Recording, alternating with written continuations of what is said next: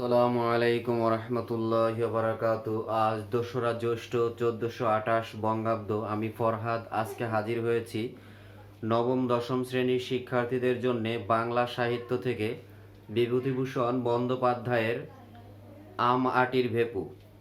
তো আম আটির ভেপু প্রবন্ধটা, দুঃখিত, এটি প্রবন্ধ নয়, এটি ছোট গল্প আমরা বলবো, কিন্তু এটি আসলে বিভূতিভূষণ বন্দ্যোপাধ্যায়ের পথের পাঁচালী নামক উপন্যাস থেকে একটি অংশ আমাটির ভেপু, 3টি অংশের একটি অংশ আমাটির ভেপু, সেখান থেকে ছোট একটু অংশ সংকলন করে পাঠ্য বইয়ে দেওয়া হয়েছে। তাহলে এটি ছোট গল্প হিসেবে চালিয়ে নেওয়া যায়। তো আমাটির ভেপু পথের পাঁচালী নামক একটা উপন্যাস, সেটার 3টি অংশ। প্রথম অংশের নাম বল্লালী বালাই, দ্বিতীয় অংশ আমাটির ভেপু, আর তৃতীয় অংশটির নাম হচ্ছে অশনি সংকেত। এই 3 অংশ মিলে তার একটি উপন্যাস হচ্ছে আমাটির ভেপু, ওই পথের পাঁচালী। সেই পথের পাঁচালী থেকে এই আমাটির ভেপুর প্রথম থেকে কিছু অংশ এখানে দেওয়া হয়েছে। তো এবার আসি জন্ম আর মৃত্যু তারিখ। কবির 1894 সালে জন্মগ্রহণ করেন আর 1950 সালে মৃত্যুবরণ করেন। তো 1894 সালে জন্মগ্রহণ করেন, এই একই সালে জন্মগ্রহণ করেন কাজী আব্দুল ওদুদ। তো কাজী আব্দুল ওদুদকে আমরা জানি, যারা পড়াশোনা করি, বিশেষ করে বাংলা একটু ভালো জানি, কাজী আব্দুল ওদুদ। আর এই কাজী আব্দুল ওদুদ মৃত্যুবরণ করেন 1970 সালে, অর্থাৎ স্বাধীনতা যুদ্ধের 1 বছর আগে। তো এই যদি 1 বছর আগের দিকে যাই, 1 বছর আগে না, 4 বছর আগে, 1890, তাহলে 1890-তে জন্ম হলো এইচ ওয়াজেদ আলী। কিন্তু এই 1894 সালে আর কেউই নাই। কিন্তু 1896 সালে যদি যাই, 2 বছর পরে, তাহলে সামনের দিকে, তাহলে এখানে আছে মোহাম্মদ ওয়াজেদ আলী। তো এস ওয়াজেদ আলী মৃত্যুবরণ করেন 1951 সালে, তাহলে কাছাকাছি। আর এই মোহাম্মদ ওয়াজেদ আলী 1896 সালে জন্মগ্রহণ করেন, মৃত্যুবরণ করেন 1954 সালে। তো এরপরে আমরা চলে যাব পাঠে। লেখক জন্মগ্রহণ করেন হলো 24 পরগনা। আমরা জানি যে 24 পরগনা কি পশ্চিমবঙ্গ, ভারত। আর মুরারিপুর গ্রামে জন্মগ্রহণ করেন, মুরারিপুর গ্রামে। তার বিখ্যাত উপন্যাস হলো পথের পাঁচালী, আরও আছে অশনি সংকেত, গল্প গ্রন্থ আছে মেঘ মল্লার, এছাড়া মৌরিফুল যাত্রাবদল। ইসামতি উপন্যাসের জন্য রবীন্দ্র পুরস্কারে ভূষিত হন, আর 1950 সালে তিনি মৃত্যুবরণ করেন। তার পিতার নাম হলো মহানন্দা বন্দ্যোপাধ্যায়। তো যে কথাটা আসলে বলা দরকার, মাতার নাম মৃণালিনী দেবী। তো মৃণালিনী দেবী সেটা বিষয় না, বিষয় হলো বিভূতিভূষণ বন্দ্যোপাধ্যায় এই নামটা যখন জ্ঞানমূলক পরীক্ষায় জ্ঞানমূলক প্রশ্ন থাকে, তখন উত্তর দেওয়াটা ভুল হয়ে যায়। তো এটা একটু খেয়াল রাখতে হয়, বন্দ্যোপাধ্যায়, চট্টোপাধ্যায়, মুখোপাধ্যায়, ঠিক আছে? তো অনেকে যারা সাহিত্য গবেষণা করেন, তারা বলে থাকেন যে এই রচনাটি, কোন রচনাটি, বিভূতিভূষণ বন্দ্যোপাধ্যায়ের এই পথের পাঁচালী রচনাটি তার ব্যক্তি জীবনের লেখা, মনে হয় থাকে তার, বলা হয়ে থাকে তার আত্মজীবনী। তবে এই 1894 সালে আরও একজন ব্যক্তি জন্মগ্রহণ করেন, তার নাম ইব্রাহিম খাঁ, প্রিন্সিপাল ইব্রাহিম খাঁ বলা হয় তাকে। উনি মৃত্যুবরণ করেন 1978 সালে। তো এবার পাঠে চলে যাচ্ছি। সকালবেলা 8টা কি 9টা, হরিহরের পুত্র আপন মনে রোয়াকে বসিয়া খেলা করিতেছে। হরিহরের পুত্র, তাহলে হরিহরকে এখানে এই 4টা চরিত্র আছে মোটামুটি আর কি, চরিত্র 4টা হলো হরিহর, হরিহরের স্ত্রী সর্বজয়া, আর এই 2জনের ছেলে অপু, আর 2জনের মেয়ে দুর্গা। দুর্গা হলো বড় বয়সে। রোয়াকে খেলা করিতেছে, তাহলে রোয়াক শব্দ বলতে আমরা স্বাভাবিকই বুঝি যে ঘরের সামনের খোলা জায়গা, বারান্দা যেটা। তাহার একটা ছোট টিনের বাক্স আছে, সেটা ডালা ভাঙা। বাক্সের সমুদয় সম্পত্তি সে উপুড় করিয়া মেঝেতে ঢালিয়াছে। সমুদয় মানে সমস্ত সম্পত্তি, বা জানে বাক্সের ভিতরে যা আছে। একটা বড় রং ওঠা কাঠের ঘোড়া, 4 পয়সা দামের একটা টোল খাওয়া টিনের ভেপুবাসী। এখন কথা হলো, টোল খাওয়া টিনের ভেপুবাসীর দাম কত? 4 পয়সা। তো টোল খাওয়া বলতে কি বোঝায়? তুবড়ে যাওয়া। আচ্ছা, তুবড়ে যাওয়া বললে ভালো বুঝি না। আমরা জানি যে কোনো সিলভারের জিনিস যদি টাক লাগে, তাহলে একটু আমরা আঞ্চলিক ভাষায় গোপালগঞ্জে বলি যে ডোক খাওয়া। এই ডোক খায় আর কি। হিন্দি ভাষা থেকে আসছে এটা টোল। অর্থ হলো গর্ত হওয়া, সোজা কথা গর্ত হওয়া, গালে ভাঁজ পড়া। হাসলে গালে ভাঁজ পড়ে যে টোল খায়, ওটাও এই একই শব্দ দ্বারা বোঝানো হয়। একটা রং ওঠা কাঠের ঘোড়া, 4 পয়সা দামের একটা টোল খাওয়া টিনের ভেপুবাসী, গোটা কত কড়ি। তাহলে ভেপুবাসী কি? তাল পাতা বা আমের আটি প্রভৃতির তৈরি খেলনা, নারকেল পাতা দিয়েও বাজায়, পো করে বাজে, এটা হলো ভেপুবাসী। গোটা কত কড়ি। কড়িটা কি তাহলে? গোটা কত কড়ি। কড়ি শব্দটা আবার একটু পরে আসছে, সেই সময় বলবো। এগুলি সে মায়ের অজ্ঞাতসারে লক্ষ্মী পূজার কড়ির চুপড়ি হইতে খুলিয়া লইয়াছিল ও পাছে কেহ টের পায়, এই ভয়ে সর্বদা লুকাইয়া রাখে। মায়ের অজ্ঞাতসারে, অজ্ঞাতসারে অর্থ হলো অন্যের অগোচরে, মানে মা যেন জানতে না পায়। আর লক্ষ্মীর চুপড়ি, চুপড়ি হলো হিন্দি ভাষায় টোকরি থেকে আসছে, আমরা হিন্দি ভাষা বলে টোকরি, আর তো এটা হলো দেশি শব্দ চুপড়ি। আমরা এই চুপড়ি বলতে বুঝবো আসলে ঝুড়ি।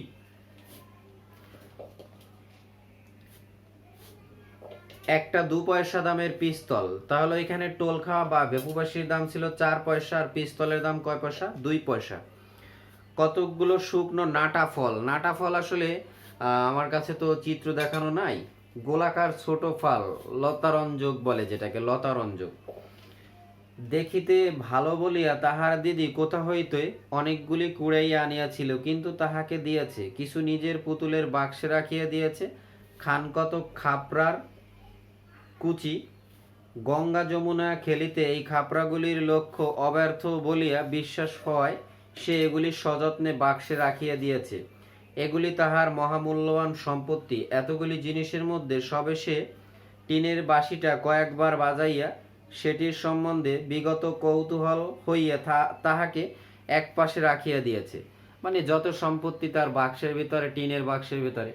ছোট বাচ্চাদের কিন্তু ছোট পটলা পটলা একটা থাকে, ওইটা তার নিজের, কেউ ধরলেও কিন্তু ঝামেলার সৃষ্টি হয়। আর এখানে খাপড়া, এটা সংস্কৃত শব্দ খরপোর থেকে আসছে। এর অর্থ হলো কলসি, হাড়ি প্রভৃতির ভাঙা টুকরো, খাপড়া, আমরা এটা জানি। আর গঙ্গা যমুনা, এটা গঙ্গা যমুনা আসলে সাংস্কৃতিক একটা উৎসব, ওটা ছেলেপেলেরা খেলে। আর অব্যর্থ, এটা ন ব্যর্থ, মানে হলো নয় ও বহুব্রীহি সমাস, কখনো ব্যর্থ হয় না এমন। আর কৌতূহল, কুতূহল যোগ এভাবে শব্দটি গঠিত। সংস্কৃত অজ্ঞাত বিষয় জানার আগ্রহ। কৌতূহল হইয়া তাহাকে এক পাশে রাখিয়া দিয়েছে। কাঠের ঘোড়া নাড়াচাড়া করা হইয়া গিয়াছে, সেটিও এক পাশে পিঁজরা পোলের আসামির ন্যায় পড়িয়া আছে। তাহলে পিঁজরা পোল কি? যে গৃহে রুগ্ন ও অক্ষম পশু পাখির পরিচর্যা করা হয়। রুগ্ন ও অক্ষম পশু পাখির পরিচর্যা গৃহকে বলা হয় পিঁজরা পোল। বর্তমানে সে গঙ্গা যমুনা খেলিবার খাপড়াগুলিকে হাতে লইয়া মনে মনে দাওয়ার উপর গঙ্গা যমুনা ঘর আঁকা কল্পনা করিয়া চোখ বুজিয়া খাপড়া ছুঁইয়া দেখিতেছে, তাহাকে তাক ঠিক হইতেছে কিনা। তাক ঠিক হইতেছে কিনা মানে এইভাবে, আমরা যারা গ্রাম অঞ্চলে বিশেষ করে জন্ম, এরা এগুলি খেলেছি। আর দাওয়া অর্থ হলো বারান্দা, ওই খোলা জায়গায় বসে সে টিক করতেছে, তাক করতেছে। এমন সময় তাহার দিদি দুর্গা উঠানের কাঁঠাল তলা হইতে ডাকিল, অপু, ও অপু। এই হলো দুইজনের নাম জানা গেল, একজনের নাম দুর্গা আর একজনের নাম অপু, ভাই বোন। সে এতক্ষণ বাড়ি ছিল না, কোথা হইতে এইমাত্র আসিল। তাহার স্বর একটু সতর্কতা মিশ্রিত। স্বর অর্থ হল আওয়াজ, কণ্ঠ। মানুষের গলার আওয়াজ পাইয়া অপু কলের পুতুলের মতো লক্ষ্মীর চুপড়ির কড়িগুলি তাড়াতাড়ি লুকাইয়া ফেলিল। পরে বলিল, কি রে দিদি? মনে হয় যেন কিছুই বোঝে না। কি রে দিদি, কি হয়েছে? কড়ি হলো, এটা প্রাকৃত কৌড়ি শব্দ থেকে আসছে। আর হিন্দি ও কৌড়ি ক ওখানে লিখে দেখিয়ে দেব। আর শামুক জাতীয় সামুদ্রিক জীব বিশেষের খোল আর কি, এগুলি দিয়ে পূর্বে এক সময় বেচা কেনা চলতো আদি যুগে, এই জন্য টাকাকে কড়ি বলা হয়। কিন্তু দুর্গা হাত নাড়িয়া ডাকিল, এদিকে শোন। দুর্গার বয়স 10-11 বৎসর। কত বৎসর? 10-11 বৎসর। গড়ন পাতলা পাতলা, রং অপুর মতো, অতটা ফর্সা নয়, একটু চাপা, হাতে কাচের চুড়ি, পরনে ময়লা কাপড়, মাথার চুল রুক্ষ বাতাসে উড়িতেছে। রুক্ষ শব্দের অর্থ হলো কর্কশ, খসখসে, রুহ যোগ দন্ত্যস্ব, সংস্কৃতভাবে গঠিত। মুখের গড়ন মন্দ নয়, অপুর মতো, চোখগুলি বেশ ডাগর ডাগর। ডাগর ডাগর বলতে বড় বড় চোখ, গরু গরু চোখ আর কি। অপু রোয়াক হইতে নামিয়া কাছে গেল, বলিল কি রে? বলিল কে রে? দুর্গার হাতে একটা নারিকেলের মালা, সেটা সে নিচু করিয়া দেখাইল। কতকগুলো কচি আম কাটা সুর নিচু করিয়া বলিল, মা ঘাট থেকে আসেনি তো? অপু ঘাড় নাড়িয়া বলিল, হুম। দুর্গা চুপি চুপি বলিল, একটু তেল আর একটু নুন নিয়ে আসতে পারিস, আমের কুশি জারাবো। এখানে কুশি বলতে আমের ছোট ছোট আম, আর জারাবো বলতে মানে আমরা যে মা খাইয়া খাই সেটা। অপু আহ্লাদের সহিত বলিয়া উঠিল, কোথায় পেলি রে দিদি? কোথায় পেলি রে দিদি? আহ্লাদ অর্থ হলো হর্ষ, আনন্দ। তবে এই আম আটির ভেপু এটা ভালো করে যদি মাথায় ক্যাচ করানো ইচ্ছা থাকে, ধরানোর ইচ্ছা থাকে, তাহলে পথের পাঁচালী সিনেমাটা দেখে নেওয়া যায়। অনেক সুন্দর। সুন্দর বলছি মানে তার ভিতরে তথাকথিত যে সিনেমা আজকাল, এর কোনো ছাপ ওটার ভিতরে নাই। কোথায় পেলি রে দিদি? দুর্গা বলিল, পটলিতের বাগানে সিঁদুর কৌটোর তলায় পড়েছিল, আন দিকে একটু নুন আর তেল। অপু দিদির দিকে চাহিয়া বলিল, তেলের ভাঁড় ছুলে মা মারবে যে। ভাঁড় এটা পাত্র আর কি। আমার কাপড় যে বাসি, বাসি মানে পুরনো, ধোয়া হয়নি, গোসল করা হয়নি। এখন কথা হলো যে এইখানে হিন্দু মানে সম্প্রদায়ের যে সংস্কৃতি সেটা স্পষ্ট ছাপ ফেলেছে। মানে এই যে ভাঁড় ছুলে মা যে মারবে, কাপড় বাসি, এটা দ্বারা বোঝা যায়। তুই জানা শিগগির করে, মার আসতে এখন ঢের দেরি, খার কাচতে গিয়েছে, শিগগির যা। ঢের মানে হলো অনেক সময়, আর খার আমরা জানি সোডা জাতীয় একটা পদার্থ আছে যেটা কাপড় পরিষ্কার হয়, ওতে ভিজেছে। আর কাঁচা মানে কাপড় কাঁচা, আর চন্দ্রবিন্দু দিলে হলো ফল কাঁচা, অপরিপক্ক।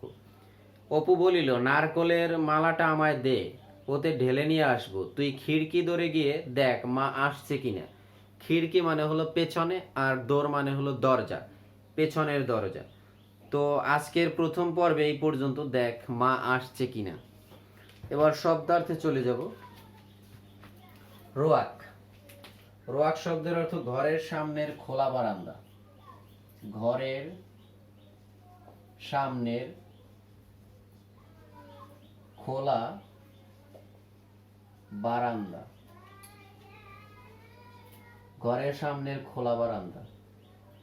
এরপর আছে টোল খাওয়া। টোল খাওয়া মানে হলো গর্ত হাওয়া, লিখে দেই তাহলে সোজা বোঝা যায়, গর্ত হাওয়া, টোল খাওয়া। হাসলে টোল পড়ে, এটাও হবে। আর এটা হিন্দি শব্দ থেকে আসছে, হিন্দি টোল, টয়কার ল, টোল না কিন্তু আবার টোল।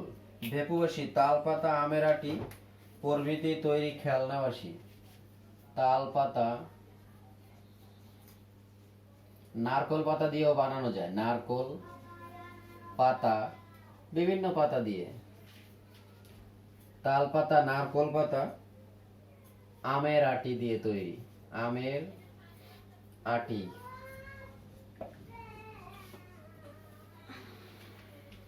দিয়ে তৈরি।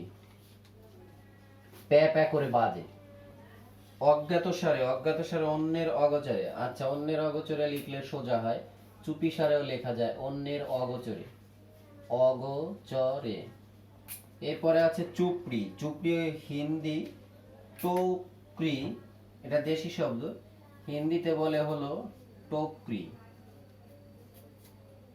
হিন্দি টোকরি হলে এভাবে, টোকরি,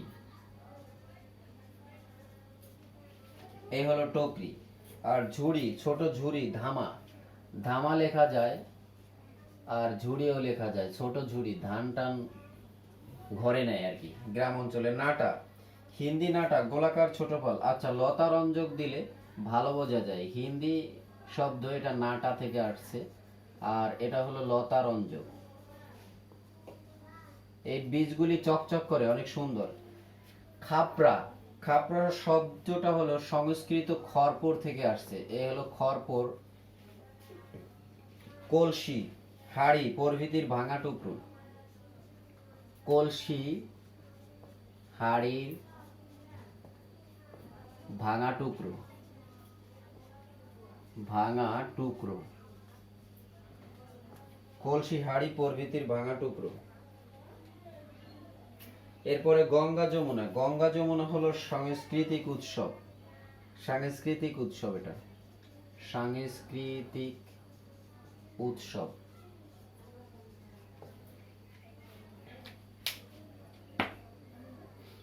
এটা হলো সাংস্কৃতিক উৎসব। এরপরে আছে অব্যর্থ। অব্যর্থ শব্দটা হবে ন ব্যর্থ, এভাবে গঠিত, ন ব্যর্থ, ন ব্যর্থ। এটা হলো কখনো ব্যর্থ হয় না এমন, কখনো ব্যর্থ হয় না এমন, অব্যর্থ। কৌতূহল, কৌতূহল, কুতূহল যোগ অ, অজ্ঞাত বিষয় জানার আগ্রহ, অজ্ঞাত বিষয় জানার আগ্রহ। এটা আমরা সবাই মোটামুটি জানি অর্থটা, অজ্ঞাত বিষয় জানার আগ্রহ। এরপরে পিঁজরাপোল। পিঁজরাপোল যে গৃহে রুগ্ন ও অক্ষম পশু পাখির পরিচর্যা করা হয়, যেখানে, সোজা কথা বলে দেই, যেখানে অসুস্থ পাখির যত্ন করা হয়, অসুস্থ পাখির যত্ন করে, এটা হলো পিঁজরাপোল। আর দাওয়া বারান্দা, দাওয়া বারান্দা। আর কড়ি, কড়ি এটা প্রাকৃত কৌড়ি, হিন্দি কৌড়ি। প্রাকৃত পয়রা ফলা দিলাম কৌড়ি, আর হিন্দি, হিন্দি কৌড়ি, এভাবে এই থেকে আসছে এই শব্দটা কড়ি। আর শামুক জাতীয় সামুদ্রিক জীবের খোল, সোজা কথা লিখেই শামুক। এই কড়ি দ্বারা শামুক জাতীয় জীবের খোল বোঝায়, রুক্ষ, খসখসে দিলে ভালো বুঝি আমরা, খসখসে, তাই না? এরপরে ডাগর। ডাগর শব্দের অর্থ হলো, হিন্দি ডাবর থেকে আসছে, অর্থ হলো বড়, হিন্দি ডাবর, ডয়াকার বড়, ডাবর, এ থেকে আসছে, আর অর্থ হলো বড় বড় চোখ, হিন্দি। আর এরপরে আছে কুশি। কুশি শব্দের অর্থ হলো কুশ যোগ রস্বই, এইভাবে শব্দটা গঠিত, কুশ যোগ রস্বই, কুশ।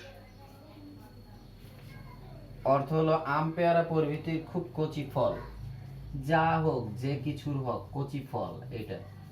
এরপরে জারাবো। জারাবো শব্দের অর্থ হলো জীর্ণ, জারিত, জারানো হয়েছে এমন, জীর্ণ করা, জীর্ণ। আহ্লাদ, হর্ষ, আনন্দ, আনন্দ দিয়ে দেই, আনন্দটা বোঝা যায় ভালো। ভার, ভার শব্দটা হলো সংস্কৃত ভাণ্ড থেকে আসছে, এটা ভয়াকার নয় দণ্ড, ভাণ্ড থেকে ভার, এটা মাটির ছোট পাত্র, অন্য কিছু বললে হবে না, মাটির ছোট পাত্র। ওকে, তো এই প্রথম পর্ব এই পর্যন্ত। কিছু শব্দার্থ আরো আছে, এটা একটু দেখতে হবে। শব্দার্থ ছোট আরো কয়টা আছে, শব্দার্থ আরো কয়েকটা আছে, এগুলো মুছে ফেলছি।